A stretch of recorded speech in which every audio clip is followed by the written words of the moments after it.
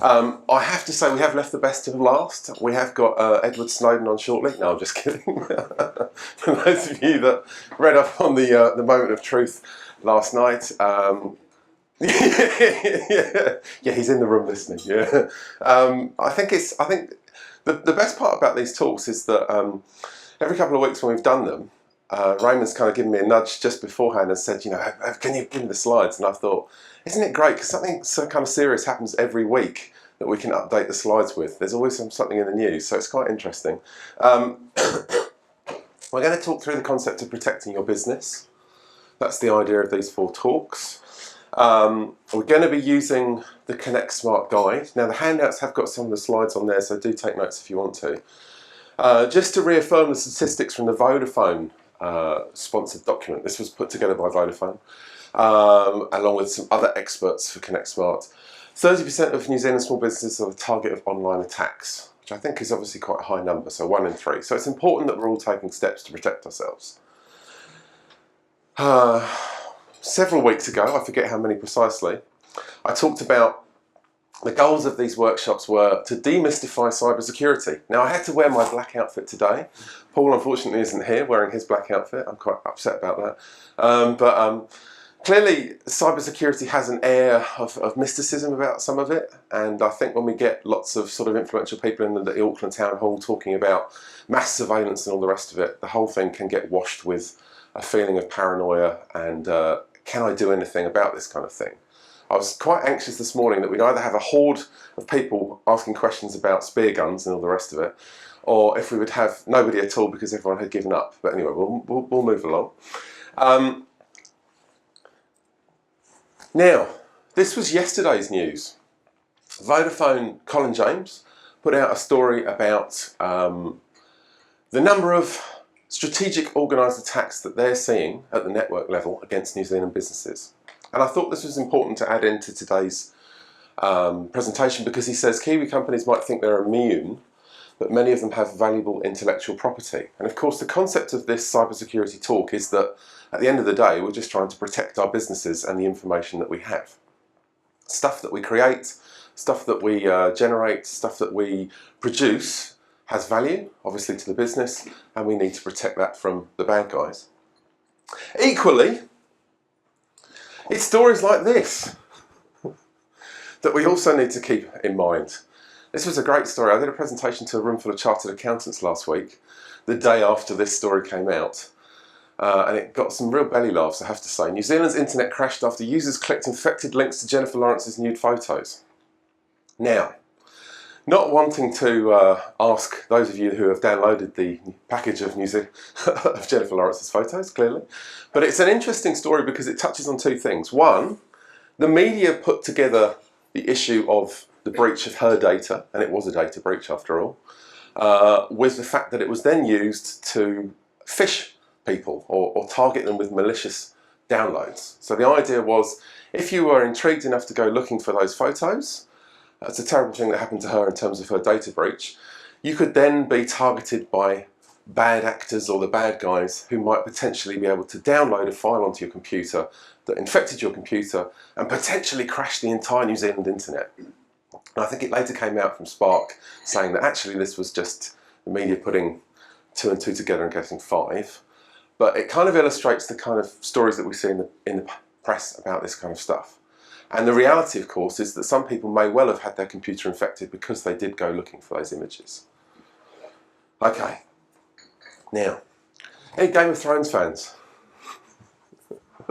No! Oh no, oh yeah, okay. I was like, oh no. I've left this for the end. Sorry, thank you. That's good that you told me because we don't want to do any spoilers, do we? Right.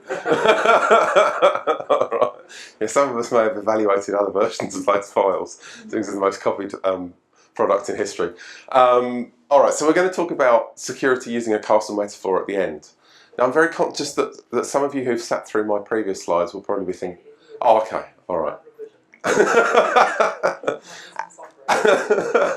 And if you do have questions or points to raise and think that I'm talking rubbish, then do sort of talk out.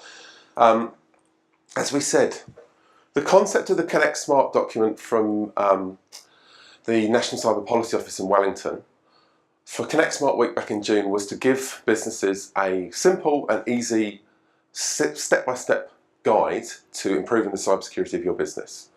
So the experts that put that together have produced a 4-step process. Now we've done the first 3. We're talking about the last one. Now I've done this in very little detail at the end because at the end of the day, regularly reviewing and updating your network security systems is pretty much common sense, I think, a lot of it. There's a couple of slides in here at the end, but we'll get to that.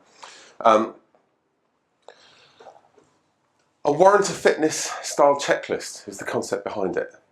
It's a point-in-time examination of what you have, what protections you have in place, what controls you put into your business. That's the general idea. I think we can all be fairly safe in saying that you're never going to be 100% secure. I think that's a given. But taking steps to improve your security is obviously key. So, what is cybersecurity? Protecting information and information systems from unauthorized access, use, disclosure, I won't read the whole thing, to provide confidentiality, integrity and availability. It's the idea that your stuff cannot be tampered with or broken into so that your information and your systems can't be used for means that you weren't intending them to, that your data is protected. Fairly obvious? Okay. When we talk about this kind of thing, we talk about people, processes and technology. At the end of the day, what we're trying to secure is both our hardware, our computers, our networks, and also train up our staff so that they understand bad things that they can do that can bring the company into disrepute, leak data to people who weren't intended to have it, and all of that kind of thing. So we're protecting the people, putting in place processes, and also protecting the technology. That's the general concept. It is this lovely CIA triad. Not the NSA, not that CIA.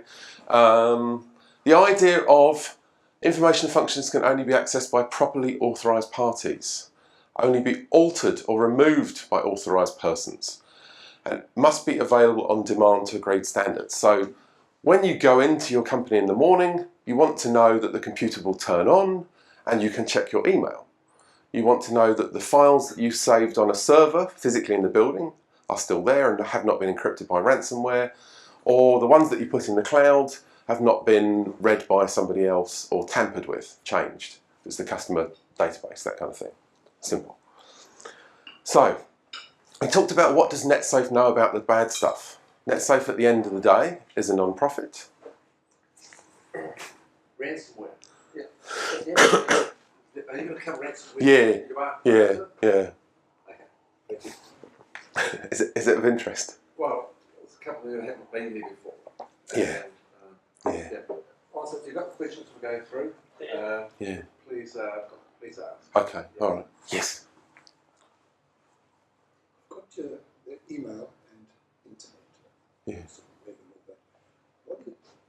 Between the two, what is the main source of hacking to a computer or luring people into? Is it through internet use or actually through email?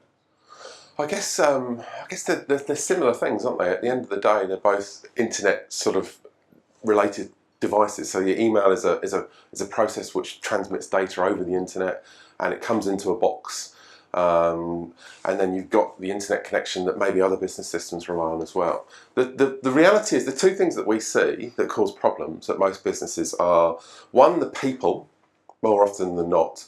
So if every member of staff has got an email address, you've got the potential for them to send abusive stuff out. It's not necessarily a concern because hopefully you've told them, don't send rude emails out. More likely it's the stuff that comes in.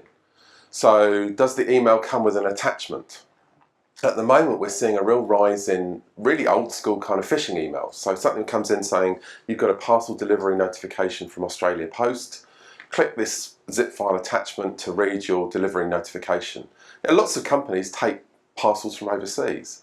And I've spoken to 2 companies in the last couple of weeks that have had a ransomware infection, which we'll come on to, because members of staff have clicked on those attachments and opened them, and then it's infected an older computer. So it hasn't got antivirus up to date, or it hasn't got protections in place. You haven't got spam filtering turned on your email account.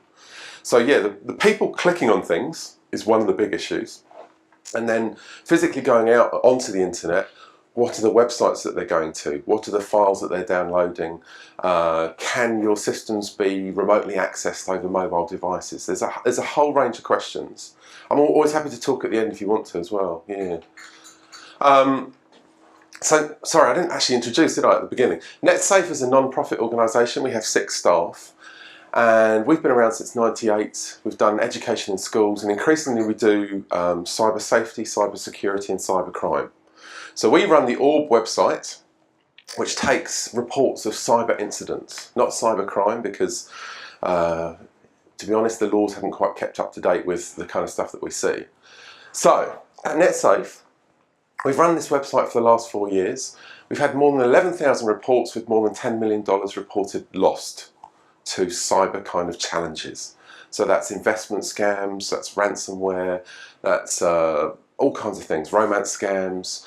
We've had a real range of stuff. And to be honest, to put it bluntly, it keeps getting worse month by month. So in the last 6 months, we've taken nearly 5,000 reports with more than $3 million just in the last 6 months alone. So our curve, if we were to draw one, would be going up like that. It's clearly a subject, I think, which is important. Like I said, Raymond asked, common incidents that we see affecting businesses. So I'm guessing you're from a business. Ransomware is the big one at the moment. So if you're not familiar with that concept, it is a file or some kind of download kit which infects your computer. And if you have vulnerabilities or you haven't fully security patched the operating system or the browser or your Adobe Flash or your Java plugin, it can lock the computer, prevent you from accessing it, and in the worst case, it can encrypt the data on there. So it scrambles all the information and you can't open the files. Now we've seen about more than 1,000 cases of this in the last 12 months. The biggest ransom paid to date was $11,000. So one company in Hamilton paid $11,000 to organised cyber criminals overseas so that their computer systems were unlocked. They had a production warehouse. The whole network was infected, everything. So they couldn't do anything. They had members of staff stood there going, so that really is a nasty one. I think in the last couple of weeks alone there's been 3 new variants of ransomware. One of them was exposed quite quickly as completely useless. The other 2 are quite nasty. So this is one of the biggest issues that we see currently affecting businesses. Intercepted emails. Now you talked about email. We had a company on the North Shore, and we see it increasingly, where if you're doing business via email, you may be sending invoices, or the company, a supplier, perhaps might be sending invoices to you. And what we're increasingly seeing is those documents have details for the wrong bank account on them. So either you send a payment, or your customer is sending a payment to another bank thinking that they're paying you. We had a company in Queenstown last week that contacted us, and they said they were signing a new contract with a company in Vietnam, and the Vietnamese company had said, why have you sent us 2 invoices? One had a New Zealand bank account, the other had a bank account in Thailand. And the company went, oh, that's a bit strange. And they took the time to listen to the customer and say, can you send it to us? And what had happened was their email account had been spoofed. Somebody had set up another domain name which looked a bit like their company address, and they'd somehow gotten into those emails that had been transferring backwards and forwards between them and Vietnam, and they sent another document with a different bank account on it. So they were mystified. They were like, what do we have to do? And I said, well, to be honest, it's more likely to be at the Vietnamese end. It could be a disgruntled member of staff. Perhaps, we don't know. And we perhaps never will know. But being on the alert for that kind of thing is important. Your website, if you have a website as a front end, could it be hacked? Is it secure? We talked about defacement. We've seen companies, small companies with AK-47s put up with messages from the Syrian hacker army and this kind of thing. Employment scams. We've seen small businesses who have had fake job adverts put up on the major employment boards saying, come and work for us, we're a great growth company, send us your bank details, send us a scan of your passport, send us a scan of your driving licence. And all of a sudden you've got people turning up at your office saying, I'm $5,000 out of pocket because I've been recruited as a money mule. It must be you guys. You're a genuine business, this is your genuine company. So it's that kind of thing. Spear phishing is where the emails come in, perhaps targeting executives at the firm, maybe nasty attachments that you execute and your computer's infected. It allows you to steal data from important IP that you might have with your company. And then insider threats we talked about very briefly, which is mainly disgruntled members of staff. I had a company down in Tauranga earlier this year where somebody was fired, they were asked to leave the building, they left all the email account passwords and the website editing passwords the same. So that member of staff jumped on the systems from home and went, the bosses are whatever on the front page of the website. So it's that kind of things as well. Is that good enough recap? Yeah. Are you guys all right? Have you seen it before? So, as Raymond said, what we're trying to do is address risk. We're trying to mitigate or minimise risk in your business. That's the whole concept of cybersecurity. Stuff that we have, how do we protect it and how do we stop it getting hacked? Loss of confidence in your business, loss of reputation, and ultimately your business going out of business. That's the general idea. So, step 1 of the 4-step process. Now I've put all the slides in here about some exercises that you can do. At the end of the day, most businesses have information that they want to protect. It might be a top secret patent, it might be your customers, your marketing list, all that kind of thing. The idea is that you identify the information that's important to your business and then you find ways to protect it. That's the general idea of step 1. So the Connect Smart guide, which is at connectsmart.gov.nz, has 12 questions. Very much like one of those quizzes you'd see in a magazine. And this is just to prompt you, don't worry about reading them now, this is just to prompt you to start thinking about the kind of top level stuff that you should be doing. Do you have a security policy? Do you have security software? Do staff members connect mobile devices to free Wi-Fi when they travel around the country? Those kind of issues. Many of us have moved on from the days of beige boxes on the desk to having a device in our pocket which gives us access to company systems all the time. So what's the problems with going on the free Wi-Fi? I think it's interesting, isn't it? Because a lot of people say, oh, you must be paranoid, what's going to happen if I go on free Wi-Fi? The New Zealand Bankers Association put out a warning earlier this year about a couple who'd been doing their online banking at an airport and they'd logged on over the free Wi-Fi in the cafe. They'd logged into their internet banking, they'd done some transactions on there, and then they'd sent some emails to people. And they went off on holiday, and then about a month later they realised that I think it was about $200,000 had disappeared out of their accounts. Yeah. So the potential, of course, is that if you connect to a wireless network, it may not be what it says it can be. It's called a evil twin attack. That's the term for it. So somebody sits in a coffee shop, you set up your laptop to look like a wireless network, and then people come on and connect using their smartphones to my laptop, and I can sit there and read the traffic, read the data that's going backwards and forwards. Potentially, if you're using an email system that's not encrypted, it doesn't have an HTTPS login, I can sit there and view in plain text your email login details. So what we always say to people is, if you've got one of these, don't connect it to free Wi-Fi for anything important. And by that we mean company email, we mean internet banking, we mean shopping. Some of you may have mobile device management or kind of security software on the phone. I sit behind people on the plane down to Wellington. There's always lots of civil servants who have devices that look like mine, but they have massive encryption on the phone.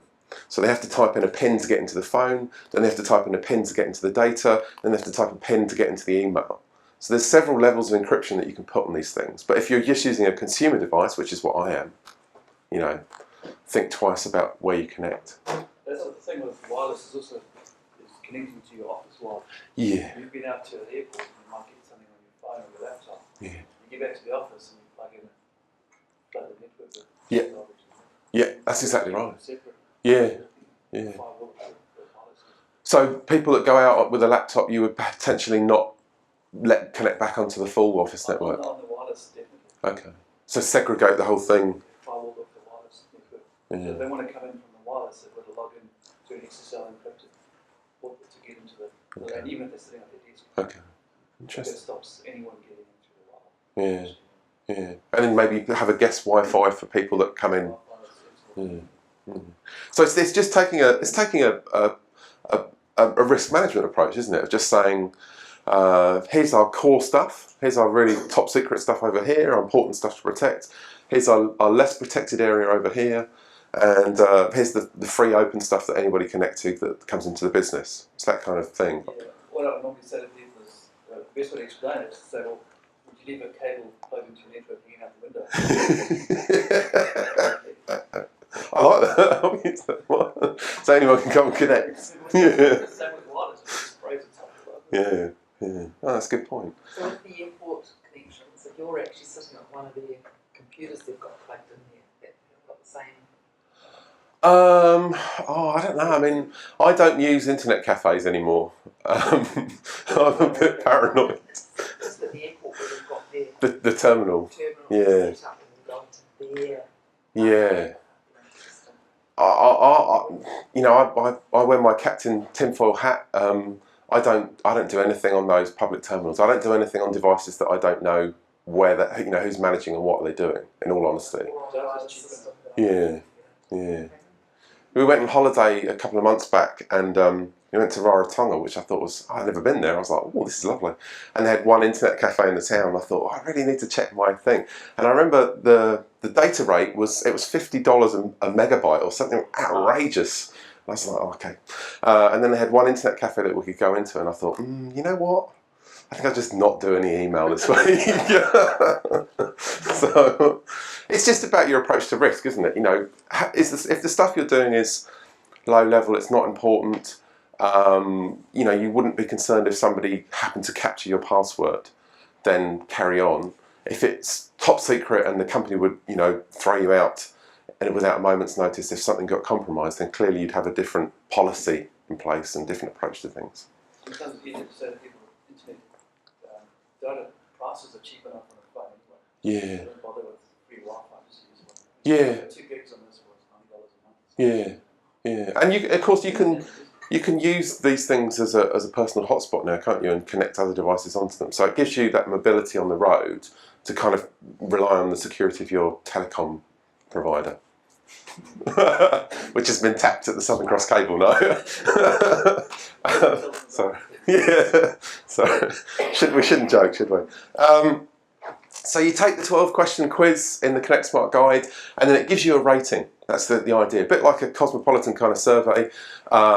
It's a very entry-level kind of way to think about these kind of issues. So you come in and it rates you.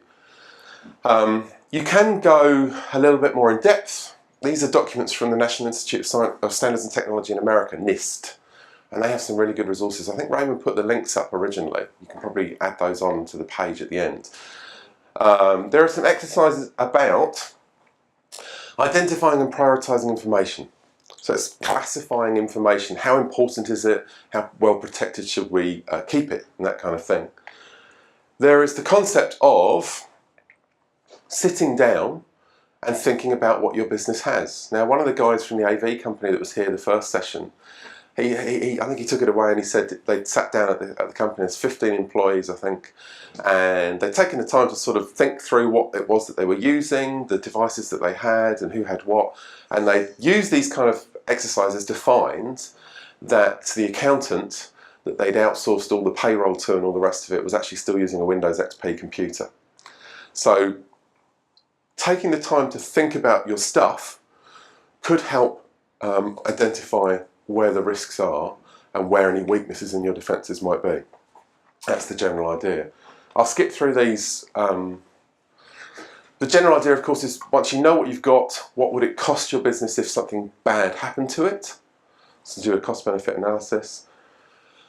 Draw something up, if my top secret customer list was stolen by a competitor and then put online, if all of our customer credit card details were put onto a third-party server, what would it cost our business in terms of reputation, in terms of time to get stuff sorted, go to the police and make a formal police report, all of that kind of stuff.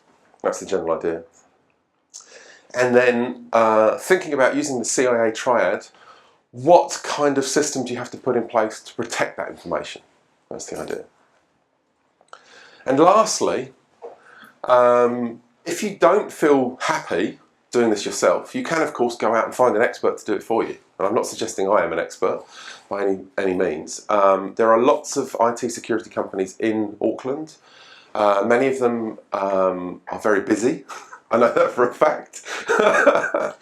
Lots of work on. Lots of very well paid people.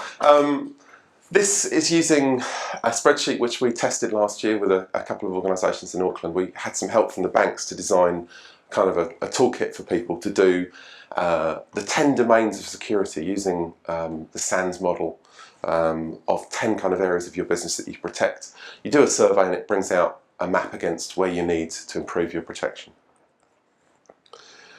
Everyone okay for the moment? Okay, I'm skipping, but I'm happy to take questions. Number 2 is more about the people side of the business. Putting in place policies. Establishes the rules of engagement for protecting your business. Simple security controls that polices the staff use of your network and the operation of devices. So most of us will know when we start a job with a new company that somebody in HR, depending on the size of your business, will give you a contract which spells out your responsibilities. You're employed to do this, you mustn't do that, we'd like you to do this, this is how much you get paid, here's the holidays. Increasingly, what we're seeing at NetSafe is companies need to think about a social media policy. So are staff allowed to tweet? What can they say on Facebook? Can they abuse the company? Clearly, obviously there's employment rules around that kind of thing. But a security policy is also an important step to establishing the security of your business. You spell out in clear terms what you expect your staff to do and what the kind of penalties will be if they do things wrong. So, we talk about a hierarchy of documents for security. We talk about policies, requirements, guidelines, standards and procedures. It's this idea of putting in place guiding path for everybody. Now, of course, not everybody in your business is going to care about cybersecurity. Not everyone is going to necessarily care about what assets are important. Some people will maybe just come in and just answer email. That could be their whole job. But if you tell them clearly what they should do with information, how they should not attach spreadsheets to an email and send it to everybody outside the company, clearly you have some security controls in place. To give you an example, the policy may say systems should require strong passwords. The requirements may spell out standards and the need for a system to talk to a central authentication server. A guideline may tell people what their password should look like, and then the standard should spell it out in precise detail. So, you tell me I'm wrong, Peter. This is taken from a security manual, in effect. So, of course, in the real world, I don't know. We've got plenty of customers that got firewall and expand everything in there. Yeah. And they all use the same password. Because that's what the boss has decided. Because he wants to get into anyone's computer. I own the company, I'm paying for it, that's what he did. Our IT guy has given us a password that I've attempted about 30 times to type in and I've never managed it. Oh no! I have to copy and paste. Yeah. It's about 40 characters. That just messes up the whole security. Yeah. Copy and paste. So you've got two extremes there, haven't you? You've got the one password fits all, and you've got the one so long and secure you can't remember it to type it in. Yeah. I liked your idea about the first letter of each word of a song. Yeah. A song, the first line. Yeah. I mean, Totally out of order. Yeah. passwords, we talk about the Jennifer Lawrence thing. Colin James from Vodafone wrote another piece yesterday about the importance of passwords. Passwords come up time and time and time again. So having a mechanism like the concept of a favourite line in a song, and you take the leading initials from each word in the song, uppercase, lowercase, replace with symbols, whatever. Find something that works for you. If you want to use a password wallet or some kind of system, LastPass or KeyPass, find something that works for you and stick to it, I think. It is a tough one. I have to say, a great many of the incidents that we see reported at NetSafe all revolve around passwords. Either we are using the same one, or we haven't changed them recently, or we've forgotten them, or there's a whole range of issues across the board. We had one a few years ago when a mate of mine decided that there was a company that everyone was sharing passwords, no matter how complex it made, and all sharing them. So what he did is he said to them, right, it's going to be 4 letters long, it has to be your bank account. Bingo. That was it, yeah. No more sharing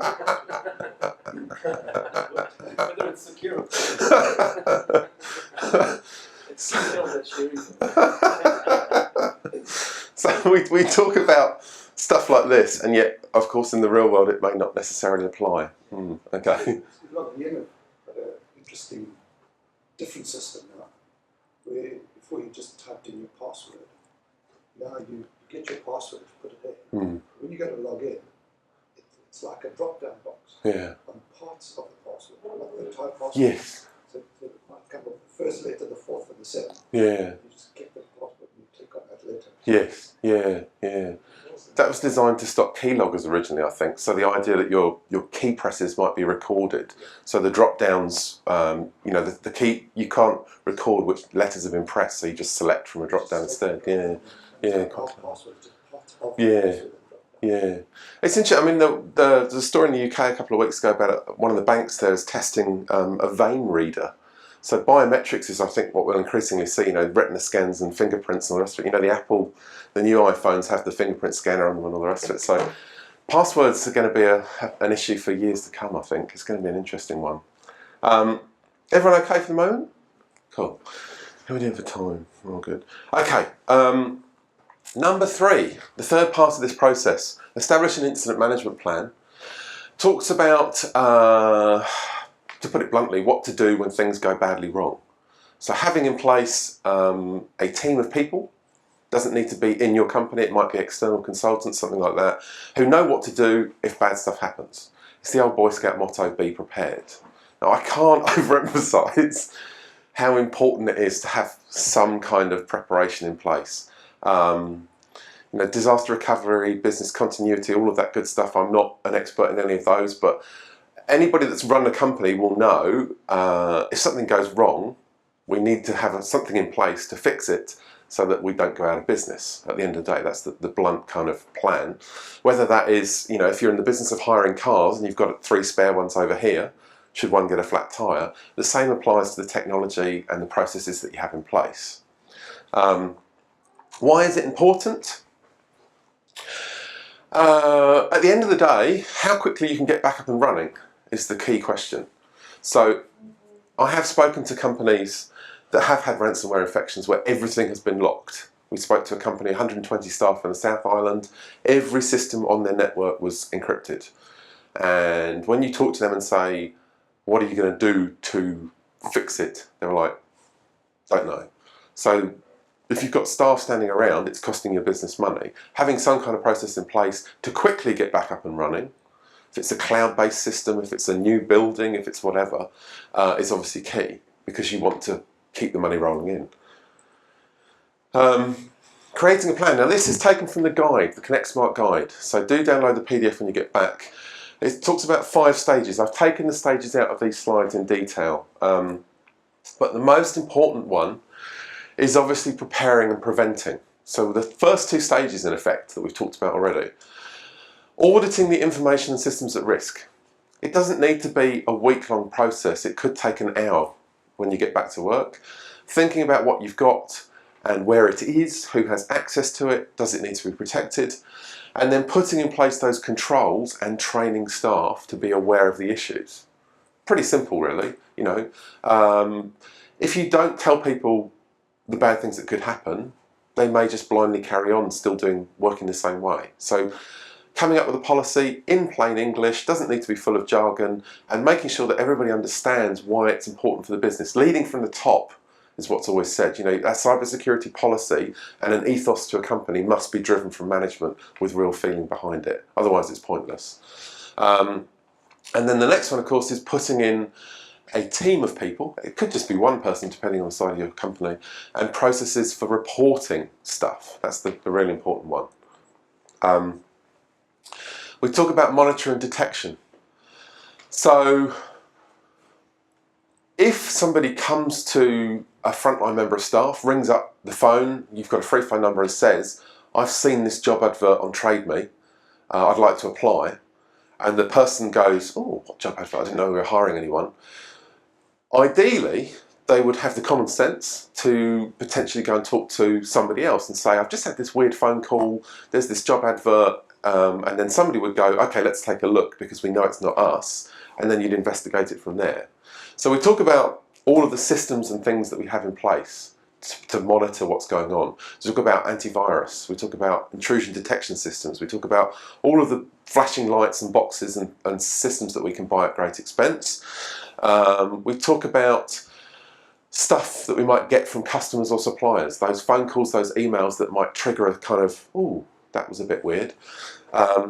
Your staff, if they go out on the road with mobile devices, are they going to tell you when they lose a laptop? They might sit at home for a week going, oh, I'm going to lose my job. But clearly, if they lose one of these things, if you've put in place software or processes to encrypt, lock, wipe, find a device, it's going to save you money, it's going to save you data. So having a culture where people are happy to report if they lose a physical device is probably key.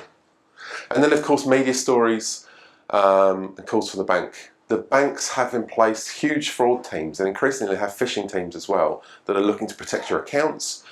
The media is packed full of stories and it's important to stay up to date with it. Okay, so again, the Connect Smart Guide has a checklist for this kind of stuff. So in the PDF, there's a whole series of questions to ask and things to think about for step 3. And finally, step 4. Regularly review and update your system. I think we're all aware that whatever we do in life, if you put something in place, especially with the pace of change nowadays, it could rapidly be out of date. We might have legacy systems in our company that are no longer relevant to the business. We might have old boxes, old pieces of hardware lying around. Are we just going to hang on to them forever? Are we going to throw them away? All of those kind of issues. This part of the guide talks about reviewing your hardware, reviewing your software, reviewing your training processes. It's actually quite detailed. I've reproduced it here because I think it's quite important. When I go out and talk to people, they say, well, how often should I do this stuff? How often do I need to be thinking about this stuff?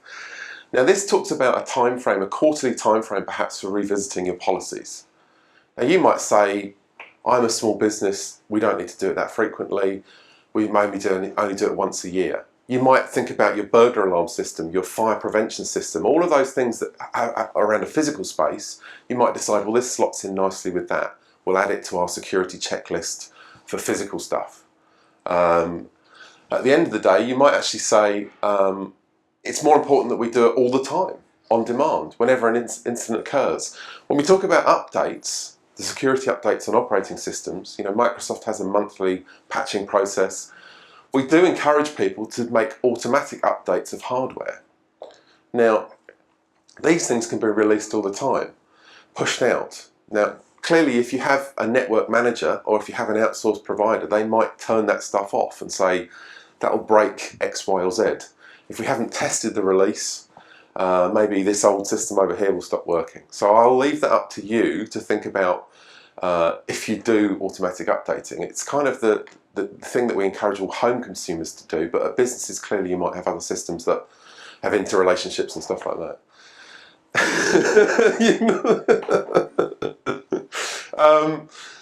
You need to stay aware of what's going on.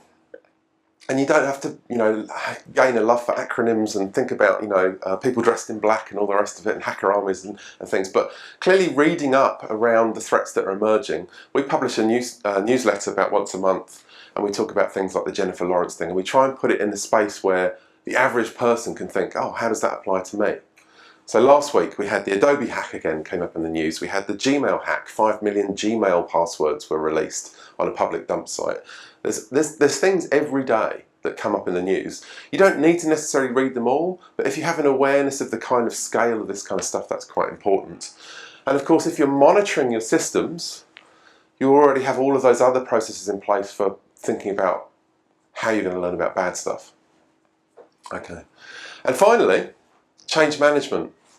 I worked in a really big corporate in the UK before I worked at NetSafe, and we had armies of change management staff who did all kinds of detailed plans and spreadsheets and all the rest of it. Every time there was going to be an update to the website, a very large public-facing website, it would go through an enormous test procedure. There'd be armies of people who would sign things off. Now, I'm not saying that's necessarily you, but if you have processes in place to think about when stuff changes, you might think that's a catalyst for doing something again. We might look at the website. We might think, okay, we're going to throw all the old computers away. Have we deleted everything on those hard drives, or are we just going to keep them forever? Are we going to burn them in a big fire? And you might think, hopefully you will be thinking, every time a member of staff leaves, we should do something. We should revoke their access privileges. We should take their password out. We should change the PIN code on the garage door, that kind of thing. So there's a whole range of things in the document to think about.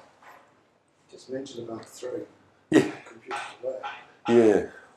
That in itself is quite a problem, because the last guy I spoke to says, when you throw your laptop away, take the hard drive out, put a hammer through it. Because if you deleted it, it's not deleted. No. No. I had a meeting with some data recovery guys a couple of weeks ago, and they were talking about that, and they were talking about these as well. Talking about these because I don't know if you saw. Dan Carter put his phone up for sale on Trade Me recently, his iPhone, and they were laughing because they were saying we were going to buy it and then we were going to go through all the data that was kept on here, because of course you can factory reset these things, but that doesn't wipe anything in the memory. So they were saying, we get hold of one of these and it's just got everything on it, and I was like, oh. So yeah, my colleague Sean has a drawer in the desk at NetSafe. I probably shouldn't tell you. I won't tell you where it is, which has just hard drives in it. Stacks and stacks of hard drives that he's kept for years, because he's absolutely paranoid that somebody's going to get into that thing and find out information. I had a great conversation with a policeman the other day who was telling me that photocopiers are increasingly stolen because photocopiers have memory systems in place that you can download all the documents that a company's been doing. So you're passing documents through a photocopier, printing, copying, sending via email, and there's a whole memory unit in there. There was a gang in the US a couple of years ago that was just buying used photocopiers on eBay so that they could get into all this data. There's a whole range of stuff. Yeah, I mean, it's all about our footprint, isn't it? It's what we leave and where do we leave it. Okay, so I'm nearly done. We're going to talk about castles. There's one thing about New Zealand that I really miss from the UK, it's castles. Somebody said Lanark Castle's worth a visit. I'm not sure, I've never been there. Castles, of course, evolved over centuries of warfare. So using this as an analogy for your business, hopefully you guys are sat somewhere in here in the keep, in the central secure heart of your network and all the rest of it. The castle evolved to stop the bad guys coming in, to protect the citizens. Everyone could live in the middle and eat vegetables from their garden and live a lovely life protected by drawbridges and moats and curtain walls and concentric things and towers and arrow slits and murder holes, and we go on and on and on. Yeah, I love this kind of discussion, because at the end of the day, that level of defence in depth, adding each line of defence, building your own castle for your business, is effectively what we're talking about. You want to be here, keeping your things nice and safe by putting in place every possible defence you can. Now, we don't need to be paranoid, we just need to have thought about it. We're not saying that the bad guys are approaching over the hill right now, but potentially they are. We talked last week about, if you're on the internet, if you have systems connected to the internet, people could be knocking on your windows and doors 24/7. That's the kind of thing that we talk about. And finally, the Game of Thrones. Now, I'm just trying to think, Series 4, what happened to Series 4?